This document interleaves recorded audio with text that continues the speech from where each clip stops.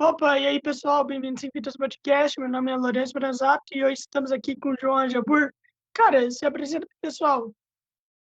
Ah, olá, gente. Bom dia, boa tarde, boa noite, para todos, todas e todos. Meu nome é Joanne. Eu apresento o podcast Horror no Ar. Sou grande fã de filmes de terror. Ah, acho que é isso. Se vocês não conhecem o meu podcast, conheçam. Eu gosto muito de cinema em geral também, mas tenho essa particularidade de essa atração, eu diria, pelo cinema de gênero, mais especificamente o gênero do terror, ah, e pretendo realizar aí alguns filmes no futuro também. Quem sabe aí vocês não poderão me ver, quer dizer, me ver não, né? Mas ver os meus trabalhos aí nas telas em breve, se tudo der certo. Hum, E é isso. Acho que eu gosto de que as pessoas. Não, eu gosto que as pessoas vão descobrindo as coisas, né? Sou meio ruim, assim, para fazer esse tipo de apresentação, mas é isso. É normal, mano. Antes eu nem me apresentava, antes eu começava assim e a pessoa que adivinhava meu nome. E, cara, me diz uma coisa, quanto tempo tu tá fazendo podcast? Cara, então, acho que a gente começou esse ano mesmo, começando ali no início, acho que foi, em maio, acredito, mas já estamos produzindo aí episódios com consistência, né, já tem vários aí, vários bem legais, inclusive. Hã, Estamos já pegando um número legal de seguidores lá no nosso Instagram, né. Aliás, né, curtam a gente no Facebook e sigam também lá no Instagram. A gente é Horror no Ar no Facebook e no Instagram é @horror.no.ar. E aproveitar aqui, né, quem quiser me seguir lá no Instagram também, Joanne Jabur, JOANN.JABUR. Uhum. E, mano, me diz uma coisa. Cara, assim, né? Assim, eu sou um leigo em filme de terror, por isso que eu te chamei aqui, né, mano? Por isso que eu te chamei aqui e tal. Então me diz uma coisa. Qual é a diferença de terror psicológico para terror mesmo, sabe? Terror antigo e tudo mais. Por conta que, assim, muita gente diz que terror psicológico não dá medo, sabe? Então não é terror de verdade. Olha, sinceramente, eu não vejo, assim, tanto uma distinção, sabe. Eu acho que no fundo, principalmente quando você começa a se aprofundar mais no gênero e conhecer as diferentes vertentes, você, percebe ali uma dialética entre muitas coisas, né. Que na verdade no final do dia são filmes ali que, podem ter abordagens distintas, mas, eh, eles lidam com essa questão do medo e tudo mais e, enfim, isso que você falou de que, filmes de terror psicológico não dão medo e tudo mais, eu geralmente não vejo as pessoas falando isso, eu digo pelo contrário, né, muita gente, aliás, até tem essa opinião um pouco, ao meu ver, né, elitista, de considerar filmes de terror psicológico como se fossem superiores ao que, sei lá, você está chamando aí de terror tradicional. Eu não acredito que exista um terror tradicional, porque já desde cedo, né, até, por exemplo, filmes da década de 20, de 30, tinha uma certa variedade ali de, apresentação, no a maneira que, a própria mitologia, estéticas, né, sempre foi isso. Até é uma coisa que eu particularmente gosto muito do gênero, e acho que é por isso que ele é o meu gênero favorito, acho que é justamente essa questão de, a pluralidade, né, de como é um gênero que ele conversa com todos os outros gêneros. De alguma forma você pode ter exemplos aí de, eh, terror com romance, terror com, ficção científica, terror com faroeste, terror com super-heróis, tem até, né, teve aquele filme, o Brightburn, acho que foi em 19. Enfim, as possibilidades com o gênero do terror são realmente, ao meu ver, infinitas, porque essencialmente, né, acho que uma das coisas que aproxima a gente como ser humano são as nossas fragilidades, são as nossas, inseguranças, os nossos medos, né. o temor, né, do desconhecido, eh, acho que justamente muitas vezes a incapacidade da gente conseguir dialogar ou de encontrar síntese nas coisas, de encontrar uma explicação, sabe. Então acho que é um gênero ali que, em toda a sua história, sempre teve uma alta variedade ali de histórias que estavam sendo contadas, de criadores que estavam envolvidos ali, e de estéticas, né, como eu falei, uma série de outras coisas. É um gênero, assim, muito maleável e muito as possibilidades são realmente infinitas nele. Tem, sim, e até a questão mesmo de como a resolução dos problemas, né. Você pode ter até filmes de terror que terminam na maior merda possível, até filmes que são mais, inspiracionais, digamos assim, né, que eles, na verdade, representam o monstro, o mal ali dentro daqueles filmes, é justamente um obstáculo a ser superado para trazer esse essa mensagem de que, né, aquilo ali que o filme está tratando, né, não existe nenhuma dificuldade que nós, como seres humanos, não conseguimos superar, né. E até mesmo os que é isso que me fascina um pouco tanto no gênero, né, se você quiser, aliás, depois perguntar mais sobre isso, ou falar um pouco brevemente, é como ele, através de toda a sua história, né, o terror ele tem uma série de fases, né, ciclos, mas uma coisa que é uma constante, sempre há filmes de terror que vão estar dialogando com, ansiedades contemporâneas, com medos que a gente tem hoje em dia sobre coisas que, né, são vistas como ameaça dentro da cultura ou dentro de uma sociedade em uma época específica. E tem sempre isso, assim, eu acho que nesse sentido o gênero também tem um valor histórico fortíssimo, no sentido de ser um registro ali meio que do inconsciente humano, de alguma forma. Uhum. Você conseguiria me dar um exemplo de filmes que mexem com que relatam mais sobre ansiedade e tudo mais? Ou não?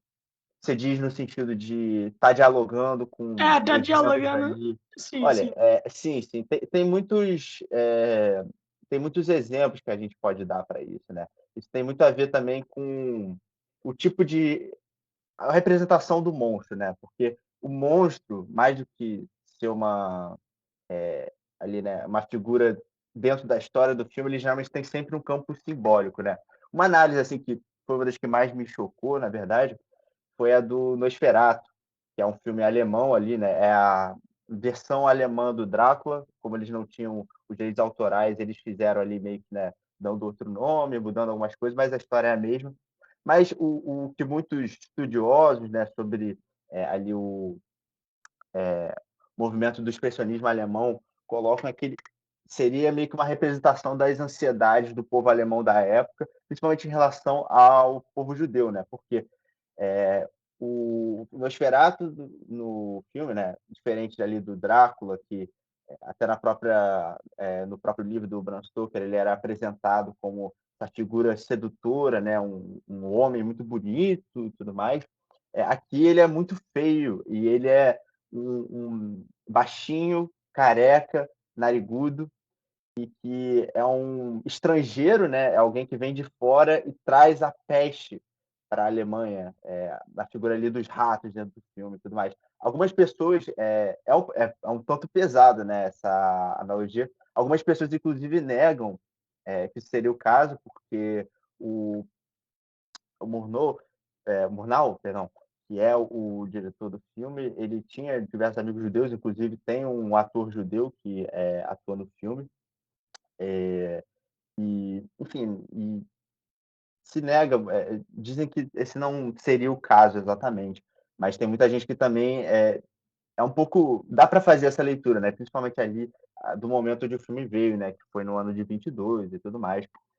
Outro filme agora que, particularmente, assim, eu gosto muito da década de 60, né, do terror, porque ele para mim foi um pouco um período de transição ali, e na década de 60, outra coisa que foi muito forte foi o movimento de emancipação das mulheres, né? Teve o surgimento ali da segunda onda do feminismo, e tem uma série de filmes ali do final da década de 60, eu acho que também no início da década de 70, que trabalham muito essas ansiedades femininas, né? Um clássico, claro, é o Bebê de Rosemary, né, que fala ali sobre o silenciamento de uma mulher, né, de ela ser usada, do corpo dela ali ser usada, né, para fins maiores, né? Não quero dar spoiler do filme aqui para quem não viu, assista, aliás, um dos maiores filmes de terror de todos os tempos. Tem um outro também que eu gosto muito, que é eu não sei se ele chegou a ter tradução em português, mas é um filme chamado Let's Scare Jessica to Death, que é de 71. Ah, e é um filme também que lida com essa questão do silenciamento da mulher, né? É uma mulher que ela tem um histórico ali de patologias mentais e tudo mais, e surge uma outra mulher ali no ambiente familiar dela, que começa a criar um certo antagonismo, e ela começa a ser duvidada ali pelos seus colegas homens e tudo mais. Até, por exemplo, um exemplo mais conhecido, o próprio Massacre da Serra Elétrica. Aliás, né, antes de falar dele especificamente, os slashers em si, eles acho que são muito simbólicos do momento ali, né? Como eu falei, os anos 60 foram meio que um período de transição. Bom, como eu falei, né? Os anos 60, eles foram principalmente um momento ali de transição para o terror, né? Entre marcando ali a primeira metade do século XX, né? E até ali um pouco a década de 50 também, que eram, apesar, claro, como eu falei, existem exceções, era um terror muito mais focado no fantástico, nessa ideia, né, de monstros e que geralmente tinha uma noção mais fantasiosa, de alguma forma, né? Aquela iconografia clássica que a gente conhece do cientista maluco, do castelo assombrado, essas coisas aí, né, que bem a gente associa uma coisa tipo Scooby-Doo, por exemplo, né?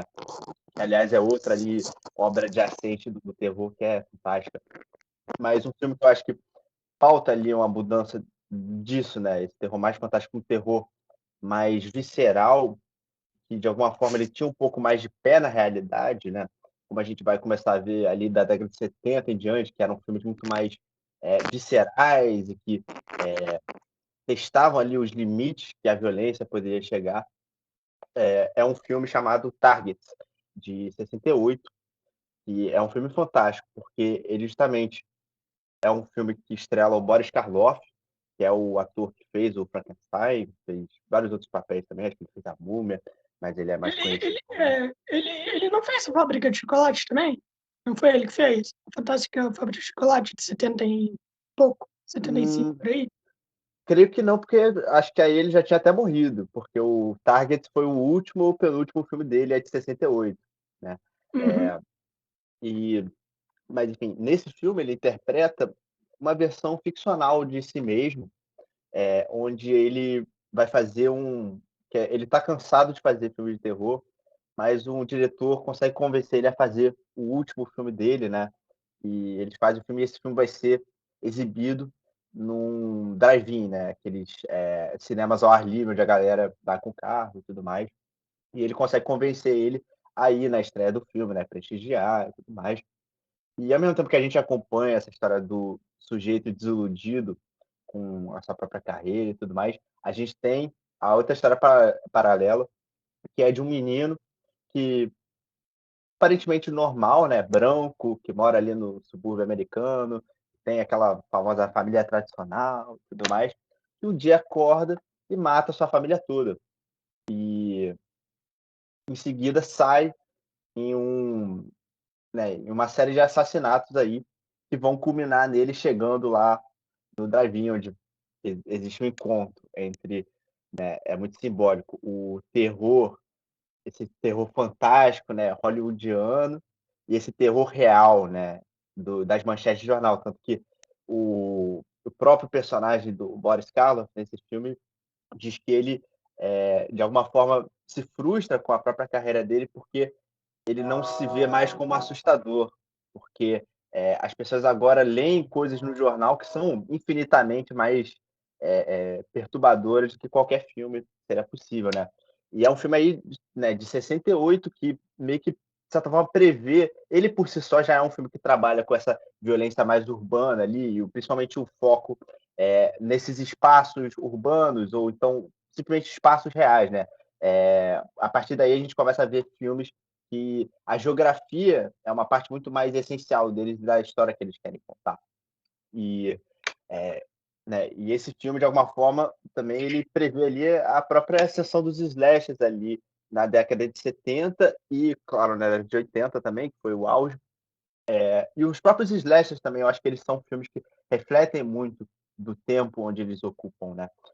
Por exemplo, você tem filmes como o Massacre de Serra Elétrica, inclusive o Quadro Branco fez um excelente vídeo sobre ele, né, que a ideia é basicamente que são filmes, o Target também tem isso, né, de um pouco ali trabalhar o medo também da guerra do Vietnã, né, a ideia de que o é implícito que no Target o assassino ele também voltou da guerra, né, e o surto dele teria vindo dessa noção. E no Massacre de Serra Elétrica é meio que subtextual isso, mas a ideia de que os soldados americanos, né, que moravam no interior, depois de voltar da guerra, perderam seus empregos, né, muito por causa também da automatização ali do trabalho, e quando eles voltam para casa, né, o que, que sobra deles fazer? Qual é a coisa que eles aprenderam a fazer lá fora, né?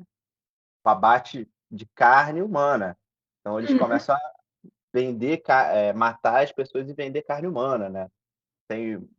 E o próprio depois ali nos anos 80, o slasher ele vai ter principalmente um teor um tanto conservador, na verdade, porque os anos 80, né, nos Estados Unidos foram marcados pela era Reagan, né, um governo extremamente conservador, com uma política de repressão sexual, como combate à crise da AIDS que estava rolando na época, e principalmente a guerra às drogas, que, né, muita gente até hoje, muitos sociólogos e pessoas que estudam do assunto, dizem que as políticas antidrogas do governo Reagan foram justamente, que criaram que intensificaram os problemas de narcotráfico lá nos Estados Unidos. E você tem, por exemplo, filmes como Sexta-feira 13 e outros, onde justamente, né, quem são os jovens que morrem? São os jovens que transam e fumam maconha. E sempre a final girl, a personagem que sobrevive, é a menina virgem, recatada e tudo mais, né. Eh, Quem na verdade começou um tanto essa tendência foi o Halloween, ali de 78, mas, o próprio John Carpenter ele nega um pouco isso, ele diz que foi mais uma coincidência, que na verdade a ideia ali da Laurie, que é a personagem do Halloween, ter sobrevivido é muito mais por ela se atentar ao seu ambiente do que essa lado mais moralista. Até porque o Halloween ele tem uma mensagem um tanto até provocadora, no sentido de que, a ideia do Halloween é de que o mal vem de dentro e pode estar em todos os lugares, que vem justamente para, como eu falei, né, a partir de agora esses filmes começam a ter um foco muito maior na sua ambientação. Massacre de Serra Elétrica, ele se passa ali no interior dos Estados Unidos. Halloween, ele se passa no subúrbio americano. Como se deu a formação do subúrbio americano? Foram famílias, de classe média alta, brancas, que saíram das grandes cidades americanas com medo da violência, né, e a violência, claro, a gente está falando associada principalmente à população afro-americana, e vão para o subúrbio, que é esse lugar que supostamente venderia segurança para eles, né? E é um lugar seguro, teoricamente. Só que a questão é que o Halloween, ele faz essa provocação justamente, né, de que o Michael Myers é um menino também, né, assim como no Target, ele é de uma família estruturada, né, não tem nenhum motivo aparente para matar, mas ele mata, né. E depois ele volta para aterrorizar as pessoas, e justamente pega muitas pessoas despercebidas, né. O xerife, quando o Dr. Loomis começa a avisar do perigo, ele, eh, não considera isso, porque ele vê ali uma cidadezinha pacata, né, que eles estão lidando. E justamente, né, o Halloween ele vem desconstruir essa ideia de que a violência, o mal, principalmente, vem dos centros urbanos, sabe, vem dessa, imagem estereotipada que as pessoas têm. O mal, ele pode estar em todo lugar, e o mal vem de dentro, né, não à toa a questão lá da respiração do Michael Myers, que é muito forte, e claro, a última cena do filme, né, que é quando ele depois desaparece ali, depois de cair da varanda, ele a gente vê a respiração em todos os lugares, né. A ideia disso, de que o mal ele não tem cor, o mal ele não tem, ele não tem lugar de origem, sabe. O mal é uma coisa muito mais complexa. É por conta que tem aquela coisa, né, mano, dos caras sempre contar uma história triste, né, pra depois falar: "Ó, esse cara aí é mal por conta disso", mas, mano, não tem um motivo pra ser mal. Você pode ser mal apenas porque tu quer, entende? Não há um motivo exemplificado para isso. Obviamente que quando você tem uma infância ruim, isso pode aumentar muito mais sua chance de ser uma pessoa ruim e tudo mais. Mas mesmo Uhum. assim, ainda o mal tá em todo lugar. Não importa se tu tem uma infância ruim ou boa, o mal vem de você mesmo, vem de dentro de você. Pelo menos é assim que eu penso. Não sei como é que você pensa, mas é exatamente assim que eu penso. E, mano, eu tava assistindo Sexta-feira 13 e tal, e tem uma coisa que eu reparei. Sempre que uma menina aparece pelada, significa que ela vai morrer. Ela vai morrer. E daí eu queria te perguntar, tem vários filmes que isso acontece? Ou não? Ou é uma coisa especialmente Sexta-feira 13? Essa parte da sexualização da mulher. Ah, é uma coisa relativamente comum ali do gênero do terror, de alguma forma. Não só do Sexta-feira 13, mas os slashers todos ali, eles tinham muito essa questão de usar da nudez, né. Até porque, né, o cinema de terror como gênero marginal, ele vem justamente ali de uma vertente de filmes que são mais chamados exploitation, né. São justamente filmes que têm esse conteúdo, assim, mais explícito, né, e muitas vezes a ideia de você tá indo no cinema, ver gente pelada, vem antes de tô indo no cinema para ver uma história, sabe.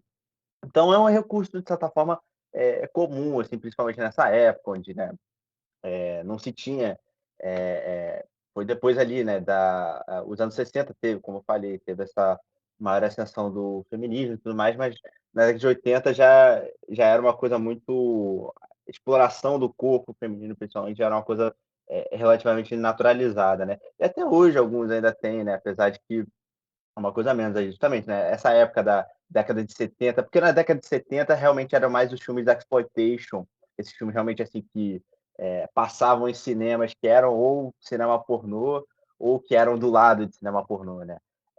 E nos anos 80 tem essa maior, meio que, mainstreamização da nudez, né. O Sexta-feira 13, claro, foi um grande expoente disso daí. E é uma coisa comum, e acho que é aquela coisa, né, você precisa de alguma forma entender o contexto das coisas. Claro, não é uma coisa de passar pano, defender nem nada, mas entender, né, que as sensibilidades de uma época e tudo mais. E claro, hoje em dia, de uma perspectiva contemporânea, onde a gente está, sabe, tem uma série de desconstruções feitas, a gente critica isso como foi adequado, mas claro, tendo em mente né, o contexto onde aquilo ali foi criado. Até porque, né, você trazendo essa questão aí, é um debate muito forte isso também, né, a própria figura da Final Girl mesmo, de que tem, se debate muito isso, se é essa visão, paternalista sobre a mulher, de que a mulher só pode ser boa se ela, for pura, né, mas também tem muita gente que, de alguma forma, o gênero de terror ele tem essa questão do protagonismo feminino muito forte, né. Desde filmes até que realmente eles são mais explicitamente feministas, como Bebê de Rosemary, ou então até um filme como Sexta-feira 13 mesmo, que, né, nos anos 80 ali, onde não tinha filmes protagonizados por mulheres no mainstream, assim, basicamente, né. E você ter filmes, assim, que são onde você tem mulheres que conseguem sobreviver ali a uma ameaça que, na verdade, neutraliza todos os outros personagens homens, os personagens homens ali de poder, como a polícia e tudo mais, muita gente faz essa leitura de que seria uma maneira empoderada, né, de tratar. Claro que não seria uma coisa tão consciente assim, né, é um debate com muitas nuances, né, mas tem tem muitos autores, tem muitas pessoas que estudam o gênero de terror que afirmam que, na verdade, mesmo nos filmes que têm esse teor, mais paternalista, conservador, ainda assim tem essa camada um pouco, né, de representatividade, você ter mulheres ali que, muitas vezes conseguem derrotar vilões que são quase unanimemente homens também, né, e figuras hipermasculinizadas ali, o Jason principalmente, ele tem, sempre essa figura, né, do bruto e tudo mais. Uhum. E, cara, uma das coisas que eu odeio em Sexta-feira 13 é aquela parada de que, tá, a mulher vai quase morrer. Aparece um cara do nada apenas pra morrer pro Jason e ela fugir. É uma parada que eu odeio. Eu não sei se tu percebeu isso, mas em todo filme é assim. Todo filme é assim. Por exemplo, no 4, mano, a mulher tá lá, vai morrer de celeiro. Um cara que já era pra tá morto, que levou 3 apunhaladas do Jason, aparece, o Jason corta a mão dele e a menina foge. Não, mas então, é que tá, são, são artifícios de roteiros muito claros, né? Mas quando você começa a entender esses filmes mais como isso, né? Eu não sei se tem uma palavra para o português para isso, mas a gente chama de schlock, né? Que é isso, você sabe que você está vendo uma coisa ali que é de qualidade duvidosa, e até esses, né, esses recursos baratos, eles começam a ganhar um certo charme. Assim. Pelo menos para mim, eu sou muito fã de Sexta-feira 13, eu particularmente acho fantástico isso, né? Tipo, porque são realmente assim artifícios extremamente baratos e tal, e que eu me divirto vendo, né? Mas eu acho, apesar disso, eu acho que tá, os filmes de Sexta-feira 13 eles têm méritos, assim, genuinamente de qualidade, de alguma forma.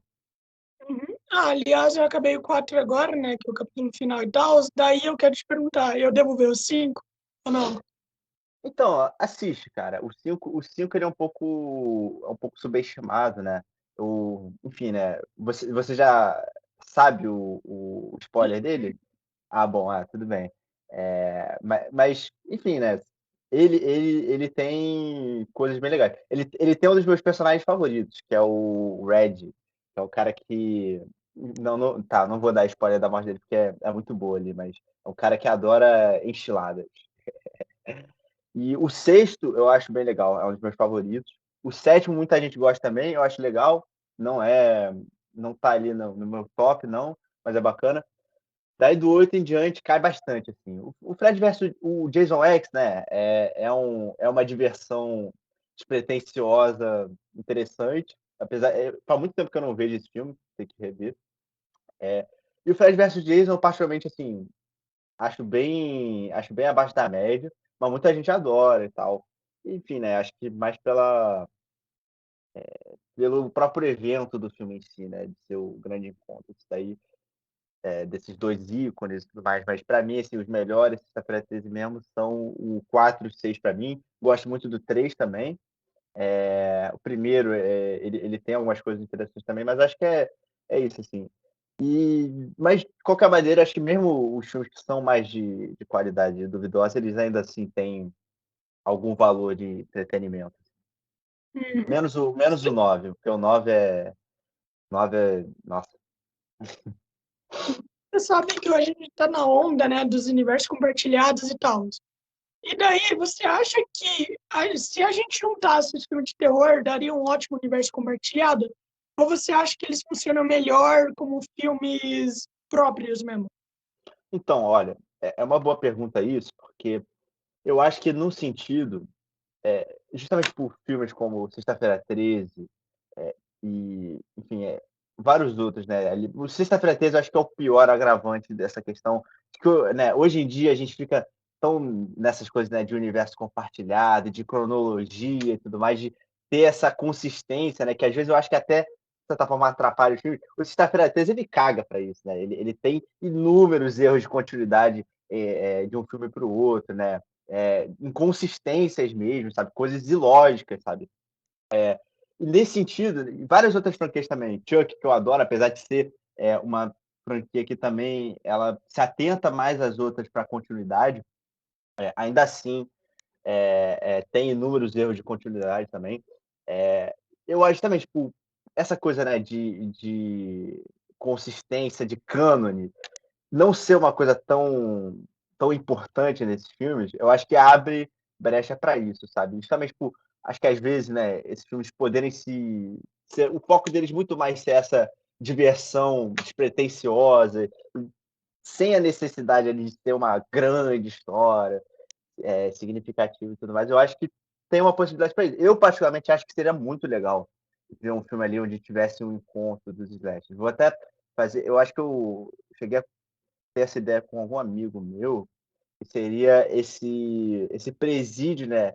complexo de supersegurança, onde estariam todos os maiores, né, assassinos de filme e tudo mais, e eles meio que formariam ali uma aliança inicialmente, só que para se libertar, só que é aquela coisa, né, estamos lidando com um bando de maníacos, né, e eventualmente alguma hora ia dar alguma merda entre eles, iam ter vários confrontos aqui e tudo mais. Mas é aquela coisa, né, um filme desse também é perigoso, porque é que nem o Fred versus Jason, né, apesar do Jason ele acho que dá para dizer que ele ganhou, né, eles ainda assim fazem aquela que nem todo filme de versus, né, que você tem 2 tem sempre nem nesse caso, né, de um crossover de vários, não seriam nem 2 fanbases, né, seriam inúmeros, que aumentaria o problema, né, disso, que você sempre não pode declarar um perdedor, porque senão vai ter gente xingando no Twitter e tudo mais, né? Uma E merda, você vai aliás. estar.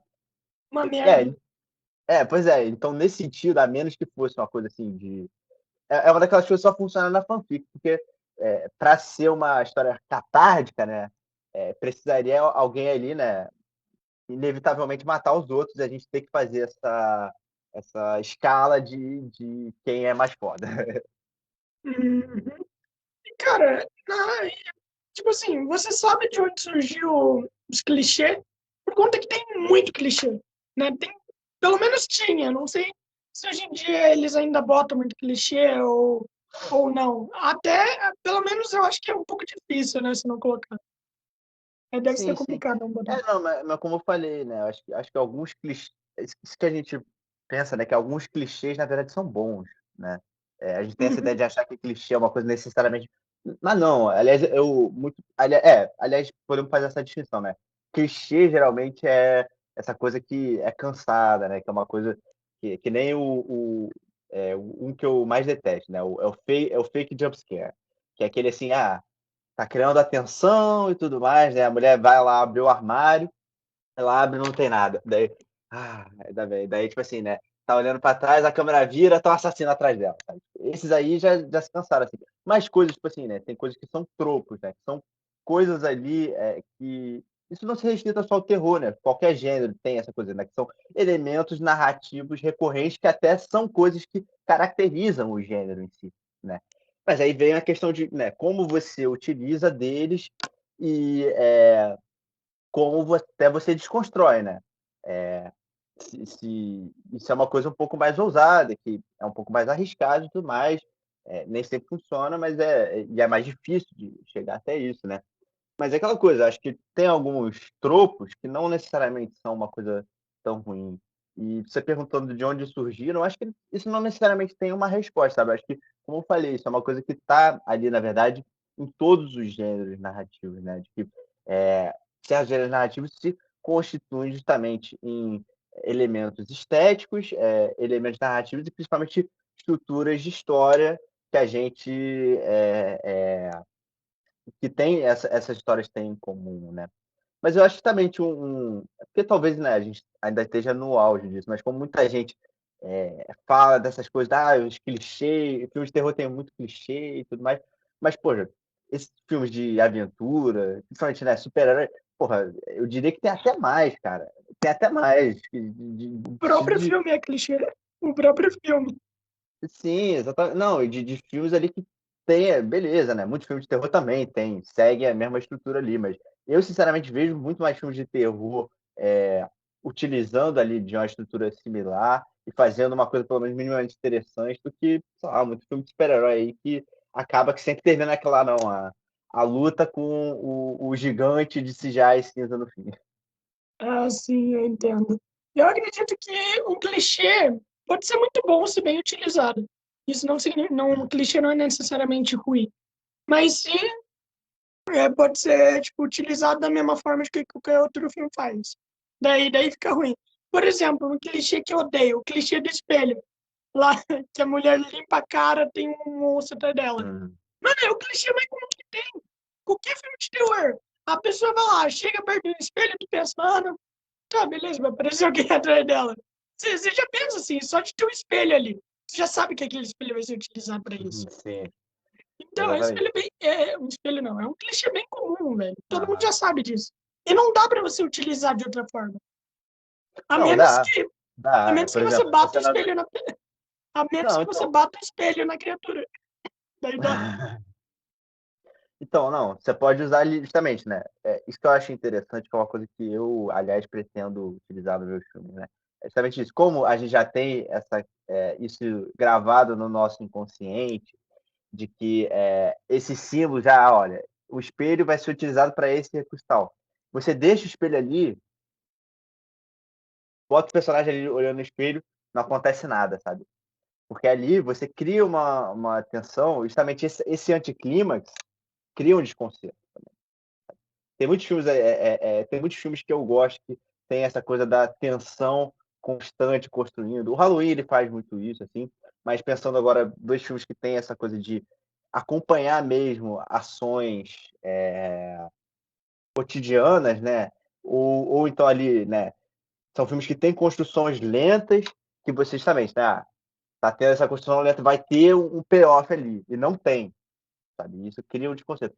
Que são 2 filmes brasileiros, aliás, né, que é o Trabalhar Cansa, que esse eu acho que é um pouco mais, assim, dá pra gente chamar de terror mesmo, e o Só ao Redor, do Kleber Mendonça, que eles são 2 filmes que, têm essa questão de lidar muito com a vida cotidiana, principalmente desse olhar, assim, voyeurístico, que o muito do cinema de terror tem também de como, a câmera observa o personagem e é sempre um olhar ali, né, disso, né, de você estar sendo observado e de alguma coisa vai surgir. Só que justamente, né, eles têm esse anticlímax de não ter nada e você, tipo, fica ali: "Tá, mas o que que vai surgir?", sabe. Ele vai te criando essa ansiedade do que vai ter ali.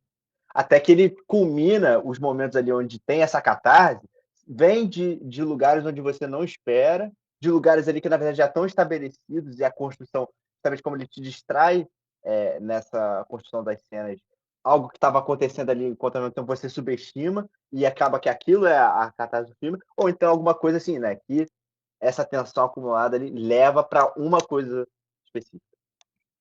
Uhum. E você acha que eu esqueci agora qual que é o gênero desse filme, mas você acha que filmes no estilo Bruxa de Blair, sabe, você pega a câmera assim, eu Found esqueci. footage. É, found footage, isso daí. E tu acha que esses filmes, eles conseguem transmitir muito bem o terror que se que você tá passando naquela situação? Ou você acha que os filmes fraquinhos? Não, então, eu particularmente não sou tão fã de found footage assim, mas eu acho que é um recurso que ele dá para ser utilizado ali de uma maneira inventiva. O problema só é que acho que a gente passou, principalmente ali depois do final dos anos 2000, houve uma saturação muito forte deles, né. E é um gênero ali um pouco que meio que já deu o que tinha para dar, assim, de alguma forma, porque é de alguma forma limitado, né, também. Tem uma série de coisas ali. Mas até porque, né, o Bruxa de Blair ele foi muito efetivo porque, tinha essa na época, né, não existia internet direito, era essa ideia de que a gente podia estar supostamente vendo algo que talvez fosse real, né. Claro, não era esse o caso e tudo mais. Mas eu acho que o grande efeito desses filmes é justamente isso, de colocar você aproximar você dos personagens, né. O olhar da câmera ele não é mais aquela coisa ali distanciada, que observa os personagens de longe, é o olhar do espectador sobre aqueles personagens, né, a gente tem essa barreira da tela, né, quanto mais na verdade, o que a gente vê é o que esses personagens estão vendo. Então nesse sentido acho que tem esse efeito, tem catártico aí. Uhum. Cara, eu amo filme found footage, de verdade. É. Eu queria que tivesse mais, o problema é que não tem muito filme assim, sem ser de terror. Até por conta que eu acho bem difícil de fazer, né, mano? O CGI também deve ficar uma merda quando, quando é nesse Não, estilo. não, pelo contrário, acho que é um tipo de filme que é muito barato e tranquilo de fazer, né, porque o amadorismo deles acaba que vira estética, né. Uhum. Pô, mas, pô, tem filme muito bom, tem filme muito bom mesmo. E, cara, me diz uma coisa, qual foi o primeiro filme de terror inventado? Você sabe qual foi? E você saberia me dizer um pouquinho se tem algum relato de como foi a reação das pessoas? Ou não? Então, essa questão aí do princípio do cinema de terror é algo relativamente bem debatido, né. Mas, se eu não me engano aqui, um dos primeiros, assim mesmo, filmes considerados, assim, de, o cinema fan aliás, né, não o cineasta desse filme ele não fazia só exatamente filmes de terror, como ele basicamente foi o pai do cinema fantástico, né, que foi o Georges Méliès, que é o as pessoas devem conhecer como diretor do aquele filme Viagem à Lua, né, que eu acho que é o mais famoso dele, que inclusive é o filme do Scorsese, versão de Hugo Cabret, fala um pouco sobre a trajetória dele, né. E eu acho que é um filme chamado, O Castelo Amaldiçoado, alguma coisa assim, calma aí, deixa eu verificar aqui. Inclusive Viagem na Lua, mano, clássico, né, mano? Sim, Clássico sim. demais, demais. Eu acho que era o Castelo Mal Assombrado, que é um filme ali onde tem, aliás, né, é considerado de alguma forma o primeiro filme de vampiro também, porque ele tinha essa coisa de ser um pioneiro de efeitos especiais. Tem uma cena onde um sujeito sai de um caixão e a gente vê ele na forma humana e corta, ele virou um morcego, né? É, tem ali também, eu acho que, se eu não me engano, é esse filme, ou se não um outro dele, que tem um esqueleto dançando e tudo mais ali, que acho que são alguns dos primeiros filmes de terror registrados. Tiveram alguns outros ali, né, digamos assim, né, de longa, deixa eu ver aqui, é um chamado Estudante de Praga, que é de 14, que foi um dos primeiros. Tem um Frankenstein, que eu acho que é de 1910. Tem, tem alguns filmes ali, é porque, como qualquer linguagem, foi uma coisa que foi se desenvolvendo, né, e tudo mais ali. Mas você tem desde o princípio do cinema ali o cinema de terror. E essa questão da reação das pessoas eu não tenho tanta certeza, né? Acho que até essa própria história do trem chegando à estação, que as pessoas falam que, não, as pessoas correram porque acharam que era um trem de verdade, não sei o quê. Isso mesmo em si é uma coisa bastante debatida, né? Muita gente acha que isso é meio que inventado, mas enfim, tem muitos filmes ali, na verdade, do início do terror que são bem bacanas. Ali, principalmente da década de 20, ali começou a ter uma produção realmente mais expressiva, principalmente com o expressionismo alemão, né? Como eu falei, do Nosferatu, que realmente ele começou a investir mais no gênero como a potência para narrativa, né? Uhum. Cara, atualmente você acha que a gente tá vivendo uma revolução nos filmes de terror? Ou não? Com certeza, com certeza. Eu acho que a gente está numa. Assim, o final, segunda metade da década de 2010 e agora o início da década de 20 está sendo, eu acho que, um ápice assim, do terror, como a gente não tinha, acho que desde a década de 80, se eu não me engano, sabe?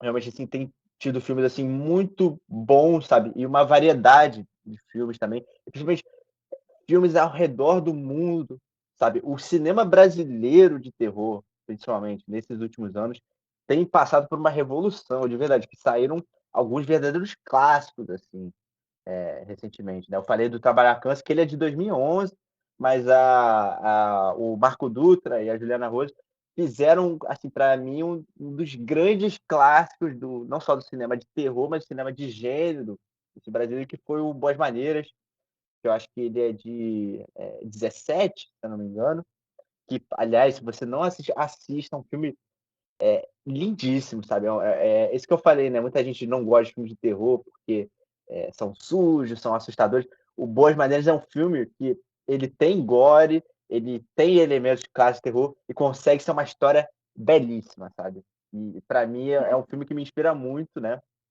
E bom, eu espero daqui a uns anos também poder estar contribuindo com essa produção aí, né?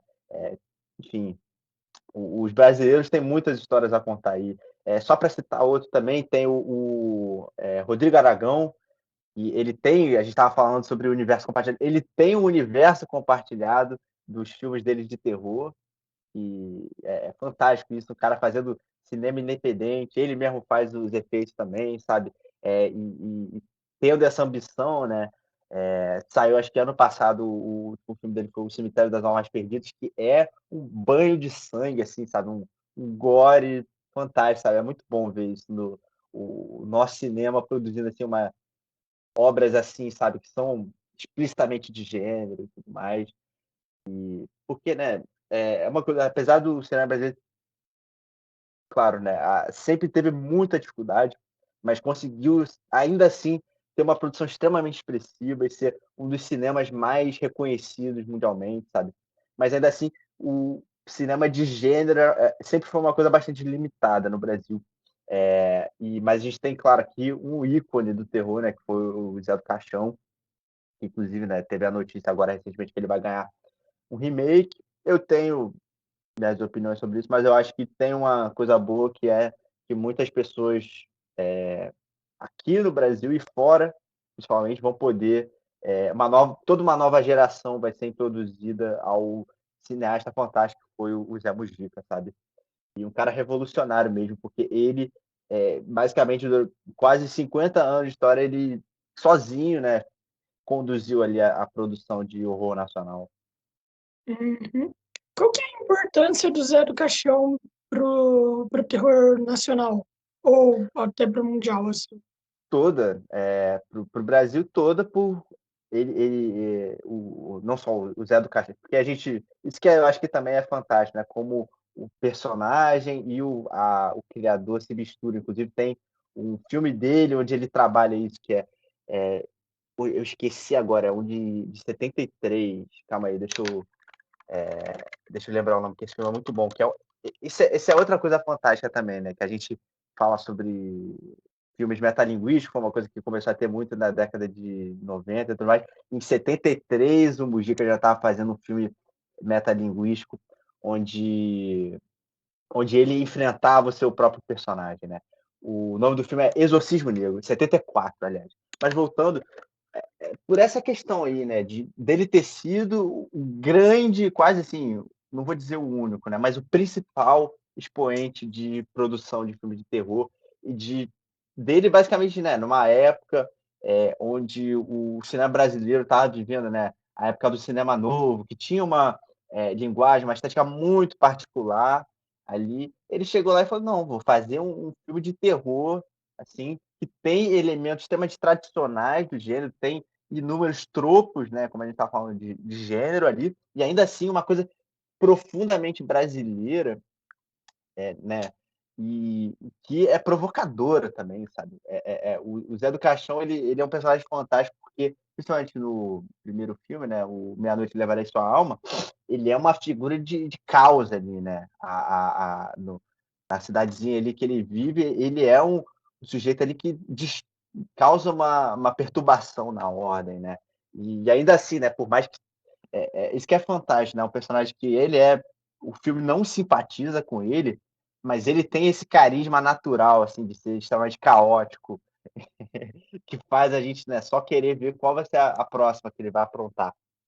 E no cinema mundial, eu acho que por conse e, né, falando, né, sobre a influência dele no cinema mundial, eu acho que por ser um desses ícones mesmo do terror, de ser um desses personagens icônicos e reconhecíveis, sabe.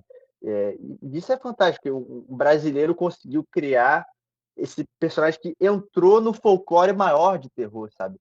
Conseguiu se tornar, assim como um Jason, um Fred Krueger, um Michael Myers, né, apesar de, claro, ele não ter o reconhecimento desse personagem, ainda assim ser um desses personagens que, por exemplo, a gente vê a silhueta dele apenas e consegue reconhecer, sabe.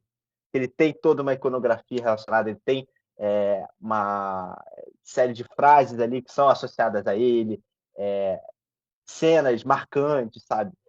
De criar essa iconografia mesmo, entende. Apesar de isso é uma coisa que, eu acho que o Rodrigo Aragão ele tenta fazer um pouco nos filmes dele e tudo mais, mas foi uma coisa, assim, sem igual mesmo, que eu acho que até hoje em dia, não só no cinema brasileiro, mas no cinema mundial, é difícil você ter, eh, surgimento, assim, de um novo ícone, apesar de seria muito legal ver isso, né, mas, eu não consigo pensar exatamente, assim, num personagem, né, do século XXI que entrou, assim, claro que você tem ótimos personagens, assim, mas eu digo no sentido de reconhecimento cultural mesmo, assim, né. E justamente, acho que o Zé também é profundamente importante, porque é um personagem que tem mais de 50 anos de existência, né.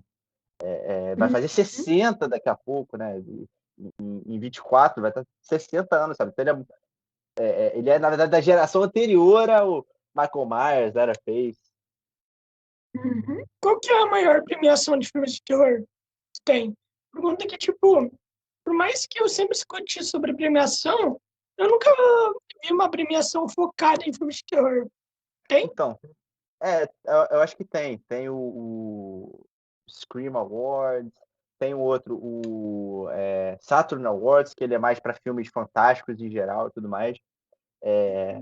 Mas eu acho que, assim, nessa questão fora, né, isso é uma opinião minha, né, mas fora, assim, do circuito mais independente, assim, eu acho que premiação não é uma coisa que tem tanta importância, sabe. Porque beleza, né, pra cineastas independentes, principalmente como eu, ter um reconhecimento de prêmio é uma coisa crucial ali para você conseguir dar um próximo passo na carreira e conseguir ali, entrar no mainstream, sabe. Mas eu acho que tem uma coisa um pouco até poética nisso de filme de terror não ser considerado para prêmio, né. Raramente você vê filme de terror indicado ao Oscar, né. O Corra foi uma exceção, assim, das maiores, sabe. E, de alguma forma, é isso, acho que é um gênero que, justamente, mesmo sendo nunca tendo esse reconhecimento de prêmio e tudo isso, muitas vezes sendo considerado um cinema menor, ainda assim ele resiste, assim, e continua mais vivo do que nunca, né. É um gênero que transpassou, assim, só pelo amor de não só quem consome, mas quem faz aquilo, principalmente. Uhum. Mano, no seu podcast você fala de filmes de terror ou você fala dos elementos e tudo mais? Ou, tipo, pergunta que você poderia muito bem falar, né? Pô, hoje eu vou falar desse filme aqui, desse filme aqui, desse filme aqui. O que que tu faz? Então, geralmente a gente fala mais com foco em filmes, assim, que é um pouco que a gente gosta mais ali, né, é a linguagem que a gente é mais familiarizado, que eu acho que a maioria das pessoas também é. Mas a ideia de fazer o podcast não é nunca só sobre falar sobre um filme, sabe, só. Sempre tem "Não, vamos falar sobre esse filme por causa disso". Sempre porque tem alguma coisa a mais a dizer, sabe. E eu acho que é isso, a maioria dos filmes de terror, pelo menos, assim, o que eu considero os grandes filmes de terror, sempre tem alguma coisa a mais a dizer, sabe. E sempre tem coisa ali que dá pra gente secar, seja, né, nessa, como eu falei, né, essa dialética que eles têm com as ansiedades contemporâneas deles, uma série de outras coisas ali, né, sempre tem muito a se discutir ali. E principalmente eu acho que é um gênero muito pioneiro nas questões, né, eu acho que eu não ressaltei o suficiente, mas eu falei, né, sobre como é um gênero que ele sempre conseguiu ter protagonismo feminino, mas ele, aliás, para todas as minorias sempre foi um gênero muito à frente do seu tempo, né. Noite dos Mortos-Vivos, que é um filme de 68, é protagonizado por um negro, sabe. Você tem no terror você tem vários, apesar de ter esse estereótipo do personagem negro sempre morrer primeiro, o que não é o caso, é um pouco uma lenda urbana. Tem muitos filmes que inclusive o Sexta-feira 13, parte 5 tem o Final Boy negro, isso que é maneiro.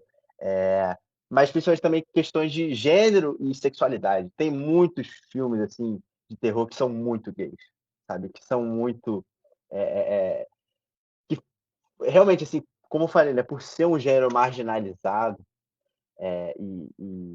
né, considerado menor, os cineastas que também eram rejeitados pelo grande circuito acabavam indo para lá, né, e desde sempre você teve, criadores LGBT dentro do gênero.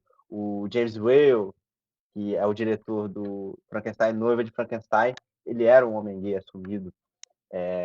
Você sempre teve ali, até o próprio, né, o Bela Lugosi não era ele era um homem hétero e tudo mais, mas ele era um cara que era muito ligado, por exemplo, a lutas sindicalistas e tudo mais.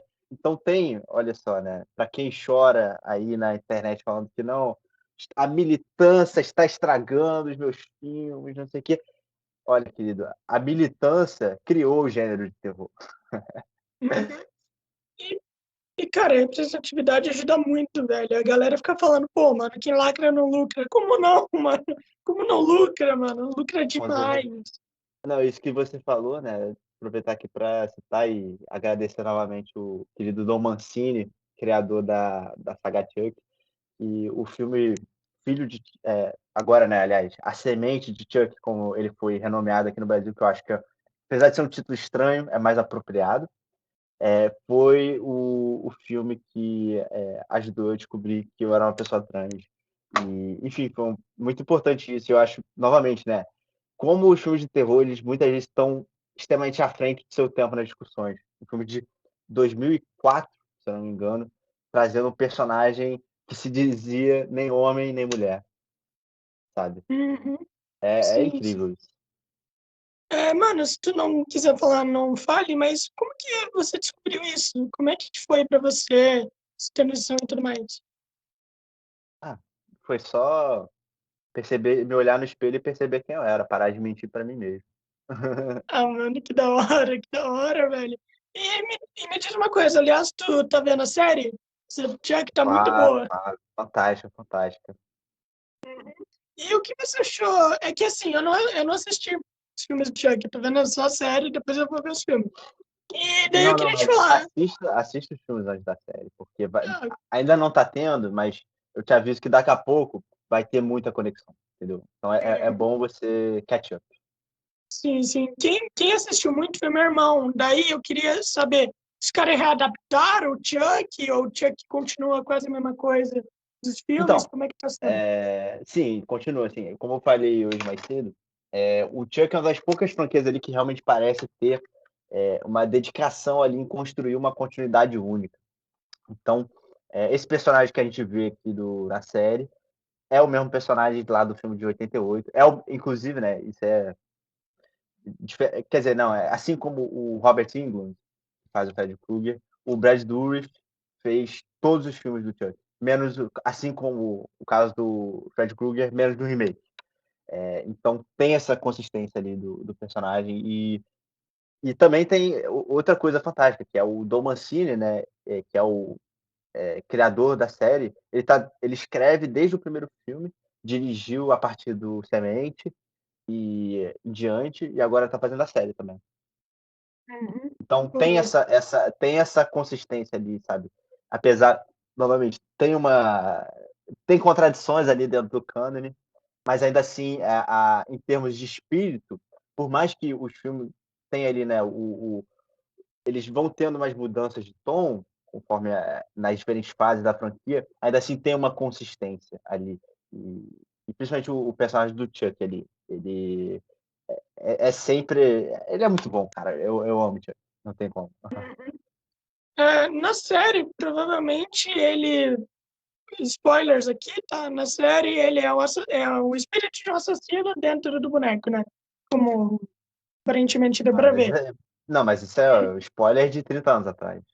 Ah, tá, não. Então era. Não, É. então é isso mesmo, pô? Não, é que eu Sim, tinha sim, perguntado sim. pro meu irmão sobre o filme e ele falou que não era assim que acontecia, alguma coisa assim. Eu acho que ele tá precisando rever. Não, ou ele só viu. É porque no remake, eu não vi o remake ainda, mas eu sei que eu acho que no remake ele ele é uma inteligência artificial, ele é um boneco mesmo só. Mas não, tanto que o objetivo do Chuck nos filmes originais era achar alguém para trocar de corpo com ele. Ah, que da hora, mano. Ah, então talvez esse seja o objetivo do Chuck. Talvez ele queira trocar com o moleque, talvez. Não, aí que tá. Não porque, enfim, né? Posso dar spoiler? Claro. Do último filme, que foi O Culto de Chuck. Ele habita inúmeros corpos. E ele tem uma forma humana também, que vai aparecer. Ah, que da hora. Agora me deu mais vontade de assistir o filme. Vou É, assistir, vou pegar aqui pra assistir.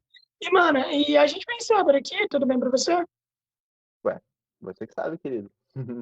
Vamos, vamos. Ô, mano, e primeiramente, pô, foi um prazer conversar com você.